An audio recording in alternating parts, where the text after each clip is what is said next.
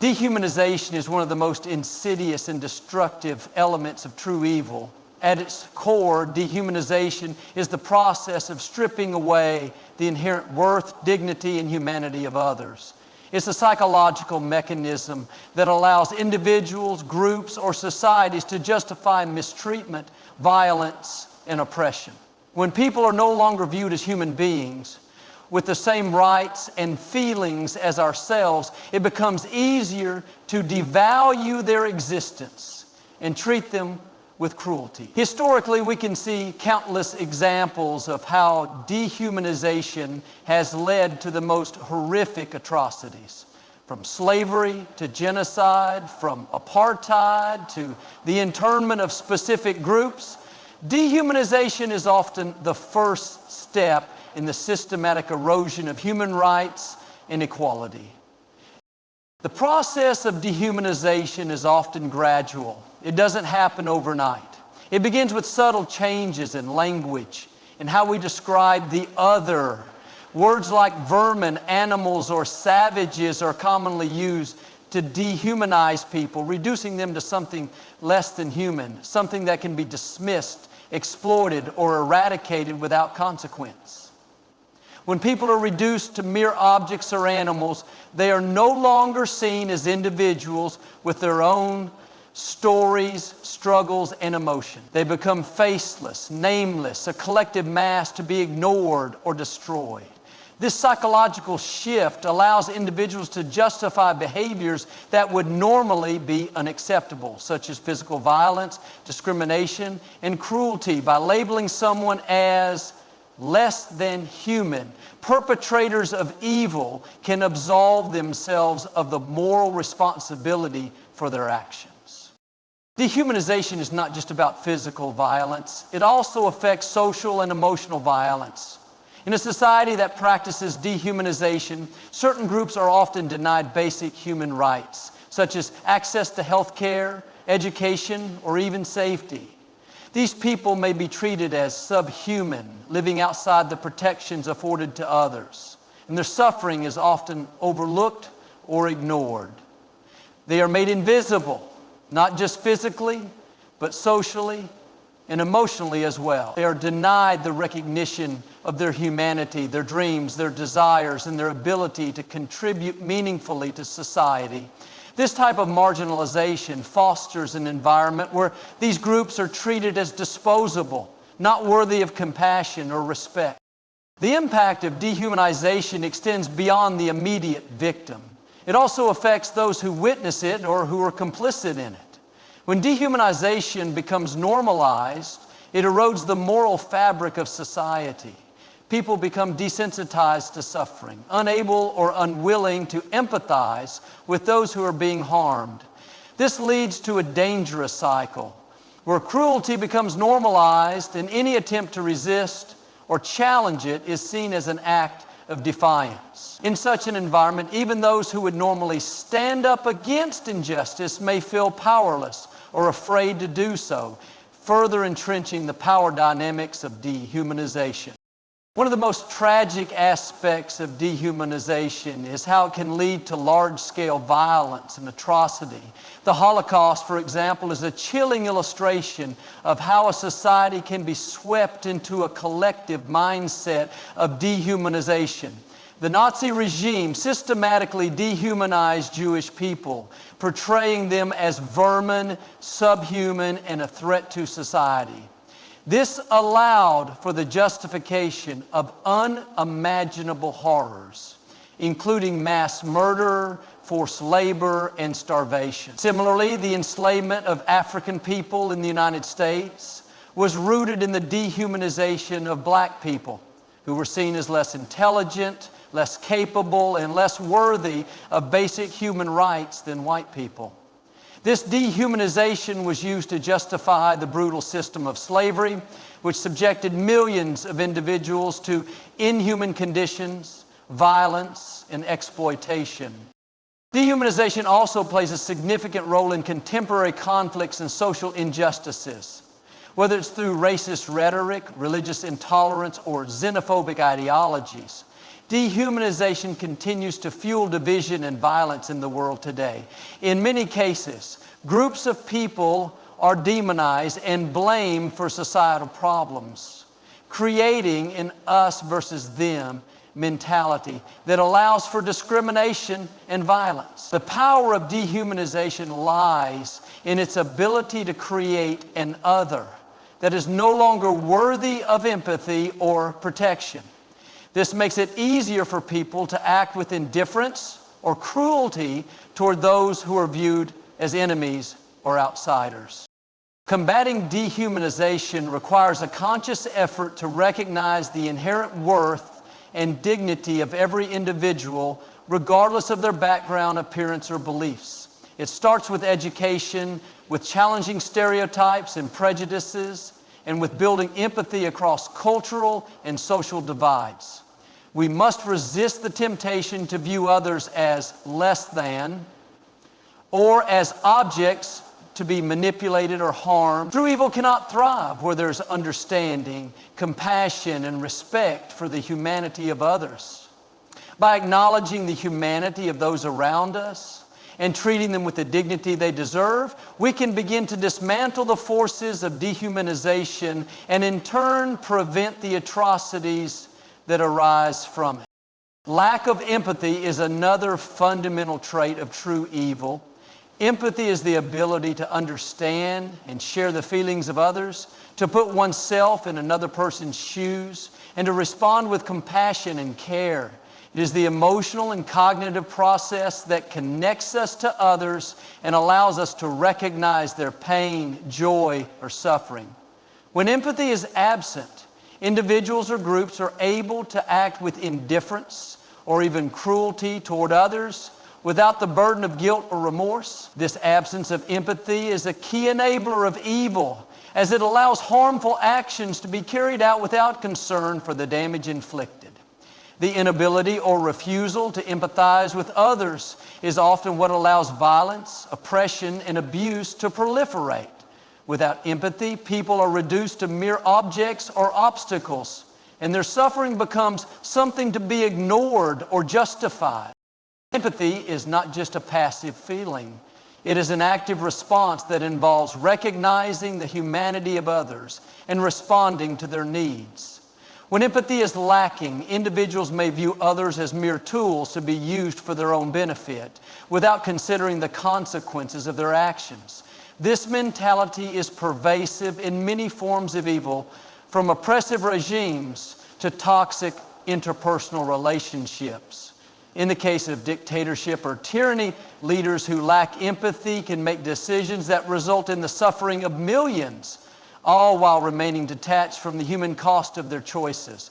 They may view their actions as necessary for the greater good or justified by political, ideological, or economic goals, completely disregarding the lives and well-being of those they harm.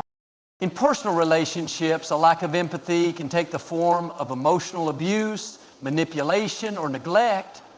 People who lack empathy often struggle to understand how their actions affect others and may even belittle or dismiss the pain they cause. This is particularly evident in abusive dynamics where one person may exert control over another without regard for the emotional or psychological toll it takes. People without empathy, the abuser sees the victim as a means to an end, rather than as a person with their own needs, feelings, and rights. The victim's suffering becomes secondary to the abuser's desires, and the cycle of abuse continues without remorse or accountability. Empathy also plays a crucial role in how societies function and how people interact on a broader scale. In a society where empathy is cultivated, individuals are more likely to collaborate, show kindness, and stand up for those who are marginalized or oppressed. On the other hand, a lack of empathy can result in societal fragmentation, where people become isolated in their own self-interest, indifferent to the struggles of others. This is especially dangerous in times of social or political unrest, when the lack of empathy between different groups can fuel hatred, prejudice, and violence. When people cannot understand the pain of others, they are less likely to work together toward solutions and more likely to act in ways that perpetuate conflict. The absence of empathy also fuels the tendency to dehumanize others. When people cannot empathize with someone's suffering, it becomes easier to see them as lesser beings or as enemies. This is evident in the language used to justify violence and oppression, where groups are demonized and portrayed as subhuman. Once the victim is dehumanized, empathy is no longer a relevant factor in the decision-making process, and harm can be inflicted without moral conflict. This dehumanizing process, combined with a lack of empathy, creates the perfect conditions for atrocities, as it removes the psychological barriers that prevent people from committing acts of violence or cruelty. Moreover, a lack of empathy can be a learned behavior, often shaped by cultural, familial, or societal influences. Some individuals may grow up in environments where their emotional needs were ignored or invalidated, leading them to develop a limited capacity for empathy. Similarly, societal structures that prioritize competition, individualism, or material success over human connection can cultivate a sense of disconnection and detachment. In these environments, people may become numb to the suffering of others, focusing solely on their own needs and desires, without considering the broader impact of their actions. In many ways, the absence of empathy allows individuals to justify behavior that would otherwise be seen as immoral or cruel. It provides a moral shield, allowing people to act with indifference to the harm they cause. The ability to empathize with others is what holds us accountable for our actions and keeps us in touch with our shared humanity. When empathy is lacking, evil is able to flourish, because there are no emotional or moral checks to stop it. To counteract the absence of empathy, it is essential to actively nurture and cultivate this trait.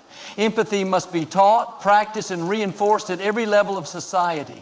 It requires us to step outside of our own perspectives, to listen with an open heart, and to seek understanding rather than judgment. By fostering empathy in our communities and relationships, we can create a world where the suffering of others is not ignored or dismissed, but recognized and alleviated. This is the key to dismantling the forces of evil and building a more compassionate, just, and humane society. Manipulation and control are potent tools of true evil, often used to bend others to one's will, creating a cycle of dependency and fear.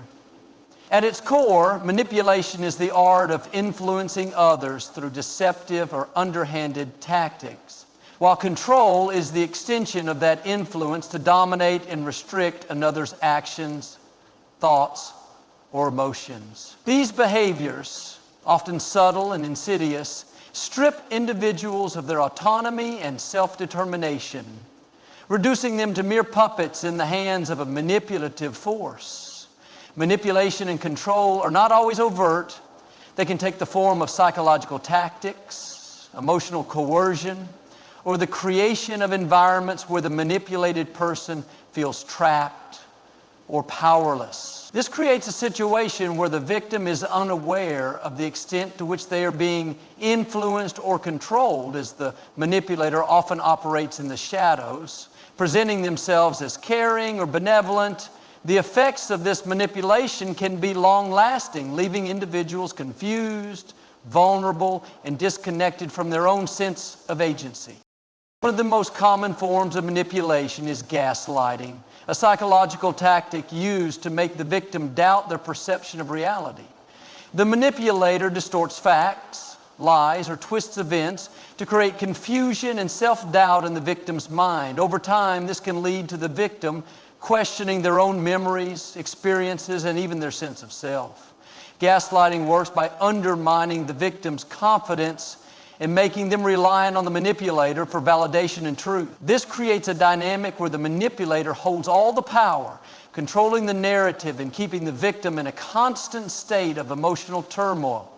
It can be a particularly dangerous form of manipulation as it leaves the victim unable to trust themselves, which increases their dependence on the manipulator. The more the victim's sense of reality is shattered, the easier it becomes for the manipulator to control them. Another form of manipulation is guilt tripping, where the manipulator uses emotional leverage to make the victim feel responsible for their feelings or actions. This tactic works by exploiting the victim's sense of duty, love, or guilt, often making them believe that they are the cause of the manipulator's suffering or anger. Through guilt, the manipulator forces the victim into a position of submission where they feel compelled to meet the manipulator's demands out of fear of rejection, abandonment, or further emotional harm. The manipulator may use phrases like, "If you really loved me, you would," or "Look at all I've done for you, and this is how you repay me." These statements prey on the victim's desire to be good, kind, and loving, while simultaneously reinforcing the manipulator's control over them. In more extreme cases, manipulation and control manifests as emotional or physical abuse, where the victim is systematically broken down, stripped of their self-esteem, and forced into submission. In these situations, the manipulator may use fear, intimidation, or isolation to control the victim's every move. They may isolate the victim from family and friends, cut off their access to support systems, and create an environment of constant fear and tension. This is often seen in abusive relationships, where one person controls every aspect of the victim's life, from what they wear to whom they associate with. The victim may be coerced into believing that they are worthless without the abuser, or that they are incapable of surviving on their own. This kind of control removes the victim's sense of identity, making them entirely dependent on the abuser for validation, security, and a sense of self-worth. The abuser creates an atmosphere of psychological imprisonment, where the victim cannot imagine life without the manipulator's presence. Manipulation and control can also extend beyond individual relationships and into broader social or political contexts. Dictators, for example, often use manipulation to gain and maintain power. They prey on the fears, insecurities, and hopes of their followers, offering them promises of safety, stability, or prosperity in exchange for loyalty and through propaganda, fear-mongering, and the distortion of facts. They create an environment where the population becomes docile, obedient, and even complicit in their own oppression. The manipulator cultivates a sense of loyalty and dependence, ensuring that the people believe they cannot survive or thrive without their leadership. This is a form of control that operates on a large scale, using manipulation to create a narrative that consolidates power and maintains control over the masses. In a corporate or organizational setting, manipulation and control can take the form of toxic leadership, where individuals in positions of power exploit their employees or followers for personal gain. These leaders may use charm, flattery, or promises of success to manipulate others into doing their bidding, all while maintaining a facade of benevolence or mentorship. They may encourage unhealthy competition, set unrealistic expectations, or foster an environment where people are afraid to speak up or challenge authority. Over time, this type of manipulation erodes trust and morale, leaving individuals isolated and driven by fear rather than mutual respect or cooperation. Ultimately, manipulation and control are powerful forces that enable true evil to thrive as they undermine free will, autonomy, and personal agency. The victim, whether an individual, a group, or even an entire society, becomes trapped in a cycle of dependence and fear, unable to break free from the grasp of the manipulator.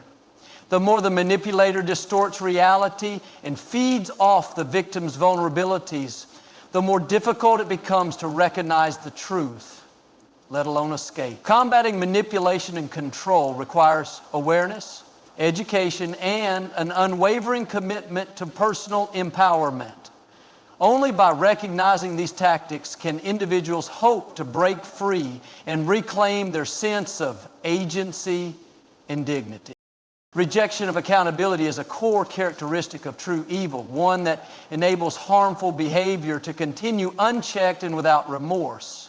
Accountability is the willingness to take responsibility for one's actions, to acknowledge the harm caused, and to make amends where possible. When accountability is rejected, it becomes easier for individuals, groups, or even entire systems to continue perpetuating harm without facing consequences. The refusal to take responsibility allows evil to thrive, as it creates a cycle of denial, justification, and impunity. This rejection can take many forms, from deflecting blame to outright lying, and it is a critical tool for those who seek to avoid the moral responsibility that comes with their actions.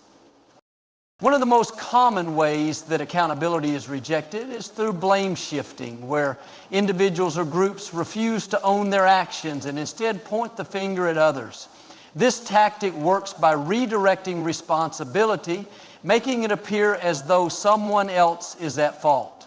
Leaders who engage in blame shifting often protect their own image while avoiding the consequences of their decisions. For example, in the case of a failed policy or damaging action, the person in power may blame external factors, such as economic conditions, the opposition, or even the public for not understanding or supporting their plan. By doing so, they avoid admitting any wrongdoing, and the damage they cause is left unaddressed. Blame shifting can be incredibly effective, as it creates confusion and deflects attention away from the real issue, allowing the harmful behavior to continue without scrutiny. Another method of rejecting accountability is through rationalization, where individuals justify their harmful actions by finding excuses or minimizing the impact of what they've done. This can involve convincing oneself that the harm was necessary, that it was for a greater good, or that the victim deserved it. Rationalization allows people to distance themselves from the reality of their actions, making it easier to continue down a harmful path. It is common in situations where someone in power justifies oppressive policies or actions by claiming that they are serving a higher purpose, such as national security, the protection of tradition, or economic stability. This method works because it convinces the perpetrator that they are not doing something wrong, but rather something that is in the best interest of society, even if it comes at the expense of others. A more insidious form of rejecting accountability is denial, where the individual simply refuses to acknowledge the harm they have caused, often convincing themselves that it never happened or that it was not as serious as it appeared.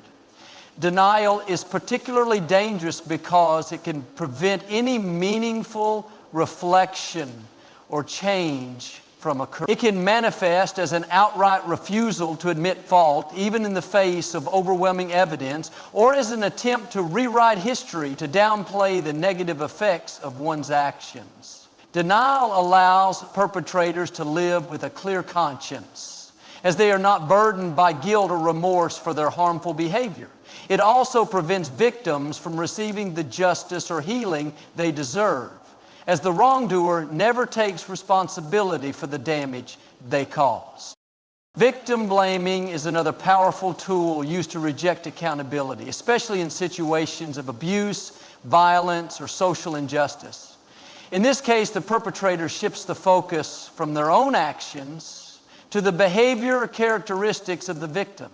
By blaming the victim for what happened, the wrongdoer absolves themselves of responsibility and deflects attention away from their own wrongdoing. This is often seen in situations of domestic abuse, where the abuser may claim that the victim provoked the violence or that they deserved the treatment they received. Similarly, in cases of systemic injustice or discrimination, those in power may blame the marginalized group for their own suffering, accusing them of not working hard enough, not conforming to societal norms, or not following the rule. Victim blaming serves to reinforce the power dynamic as it places the burden of responsibility on the victim rather than the perpetrator. At a societal level, the rejection of accountability can also take the form of collective denial, where groups of people or entire communities refuse to acknowledge the wrongdoings of their leaders, institutions, or past actions. This can be seen in instances of historical injustice, such as slavery, colonization, or war crimes, where societies collectively fail to reckon with the full extent of the harm caused. Rather than confronting uncomfortable truths, societies may choose to forget or distort history, perpetuating the harm and ensuring that accountability is never sought. This collective denial can prevent healing, reconciliation, and progress, as the past is left unaddressed and the wrongdoers remain unpunished. Rejection of accountability not only enables evil to continue, but also perpetuates a culture of impunity, where harmful actions are normalized and excused. When individuals or systems are allowed to avoid responsibility for their actions, it sends a message that there are no real consequences for wrongdoing, which can embolden others to engage in similar behavior. Over time, this creates an environment where injustice becomes acceptable, and those who seek accountability are marginalized or silenced. The refusal to take responsibility is a dangerous practice because it removes the possibility of growth, understanding, and resolution. Without accountability, there is no opportunity for redemption, learning, or change, and the cycle of harm continues indefinitely. To combat this rejection of accountability, it is essential to foster a culture of responsibility and transparency. This requires individuals, leaders, and societies to confront the reality of their actions, no matter how uncomfortable or difficult it may be. Accountability must be seen not as a punishment, but as a necessary step toward healing, justice, and progress. Only through accepting responsibility for our actions can we hope to break free from the cycle of evil and create a more just and compassionate world. The relentless pursuit of destruction is a defining feature of true evil, manifesting in the unwavering desire to annihilate, ruin, or degrade whatever is in the path of the individual or force driving it. This destruction is not always physical. It can also take psychological, emotional, or even spiritual forms. What distinguishes true evil is the persistence with which it seeks to bring harm, often for no other reason than to inflict suffering or to exert power over others. The force behind this destructive pursuit does not stop at mere damage, but seeks to obliterate, to eradicate, and to leave nothing in its wake.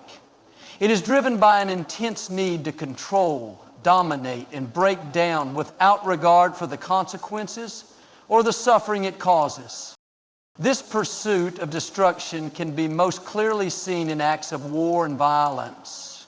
Wars are often fought over resources, power, or ideology, but in the case of true evil, the violence is not just a means to an end, it becomes the end in itself. Leaders or groups who pursue destruction as a goal often do so with the intention of eradicating entire populations, cultures, or belief systems. Bactrian was large.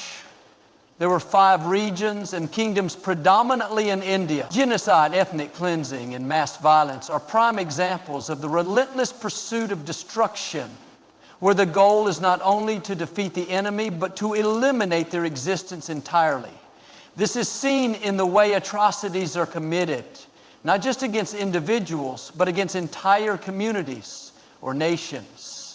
The suffering endured is not just a byproduct of war or conflict, it is the desired result, a form of control and assertion of dominance over those considered other. In addition to physical violence, the relentless pursuit of destruction is evident in psychological and emotional abuse. Abusers who seek to break their victims down do not just want to hurt them temporarily. They want to destroy their sense of self, their confidence, and their ability to resist. This can take many forms, from manipulation and coercion to isolation and degradation. Over time, the victim becomes worn down, their spirit broken, and their sense of worth obliterated. The abuser may seek to dismantle every part of the victim's identity, leaving them helpless and dependent. The destruction is not only in the actions taken, but in the subtle, insidious ways that the abuser works to break down the victim's inner resilience, leaving them incapable of standing up for themselves or seeing a way out. At the societal level, the pursuit of destruction is often linked to the spread of hate and division. When leaders or ideologies seek to destroy certain groups, whether based on race, religion, or ideology, the aim is not just to oppose them, but to completely dismantle their existence within the societal fabric. This can be seen in the spread of racist, xenophobic, or extremist ideologies that work to dehumanize entire communities. The destruction in this case is ideological, targeting the very foundation of shared values and humanity. By pitting one group against another, these forces foster division and chaos, creating an environment where destruction becomes normalized, where violence and hatred become the means through which power is exerted. In such an environment, collaboration, understanding, and compassion are eroded, and the pursuit of destruction is allowed to thrive unchecked. The relentless pursuit of destruction also thrives in environments of environmental degradation. In this context, it is not people or cultures being destroyed, but the natural world itself. The pursuit of profit, power, or control often leads to the devastation of ecosystems, wildlife, and entire regions. Deforestation, pollution, and climate change are all examples of this destructive behavior, driven by the short-sighted goals of those in power. The destruction of the environment is often justified by the need for resources or economic growth, but the long-term effects are ignored or downplayed. This disregard for the planet's health and the suffering it causes to countless living beings is a form of relentless destruction, as the damage to the earth is often irreversible and its consequences widespread. The exploitation of the natural world, much like the exploitation of human beings, becomes a tool for gaining power, wealth, or control, with little concern for the ultimate cost. In the pursuit of personal or political gain, the relentless pursuit of destruction can also take the form of sabotage or corruption. Individuals or groups may intentionally undermine systems of justice, education, or health, creating environments where exploitation and suffering are allowed to flourish. Corruption, in particular, is a tool that allows those in power to maintain control while simultaneously undermining the well-being of the public. By diverting resources, manipulating policies, or suppressing information, those in power can destroy the very systems meant to protect and serve the people. This form of destruction is often hidden beneath the surface, manifesting in the inequality, poverty, and suffering that are the consequences of unchecked greed and manipulation. It's simply the way of evil to find its victim and let it roam free. The pursuit of personal or political agendas at the cost of the greater good results in a society where the most vulnerable are left to suffer, and the systems meant to support them are slowly dismantled. The desire for destruction, when coupled with relentless determination, has the power to consume everything in its path. This drive for annihilation seeks no negotiation, no compromise, and no peace. It is a force that grows stronger the more it is fed, leaving behind devastation in its wake.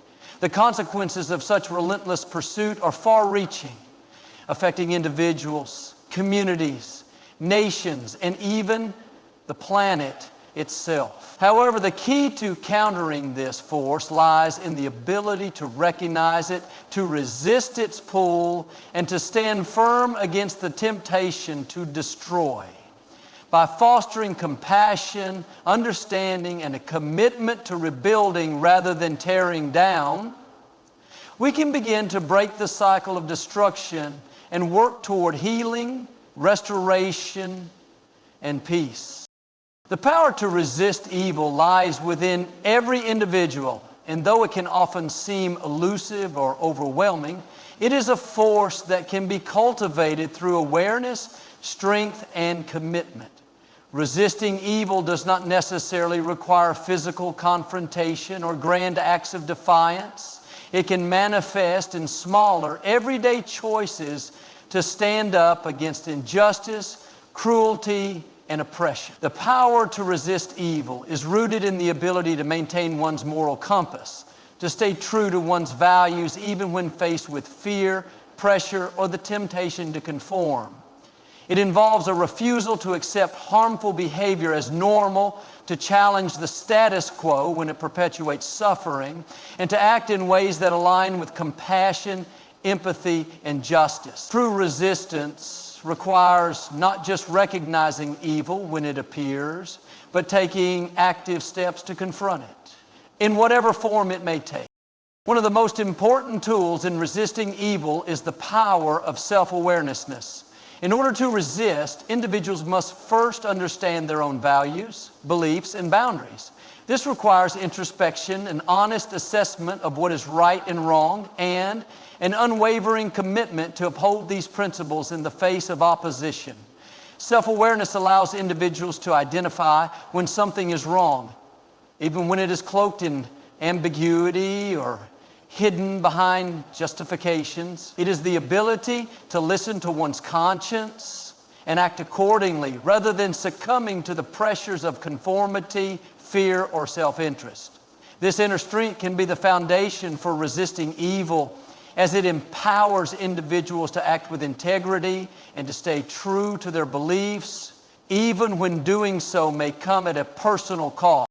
Resisting evil also involves moral courage, the willingness to stand up for what is right, even when it is difficult, unpopular, or dangerous. Moral courage is not the absence of fear, but the ability to act despite fear. It is the strength to speak out against injustice, to challenge authority when it is wrong, and to support those who are marginalized or oppressed. Moral courage can take many forms, from speaking out against hate and bigotry to refusing to participate in harmful systems or practices.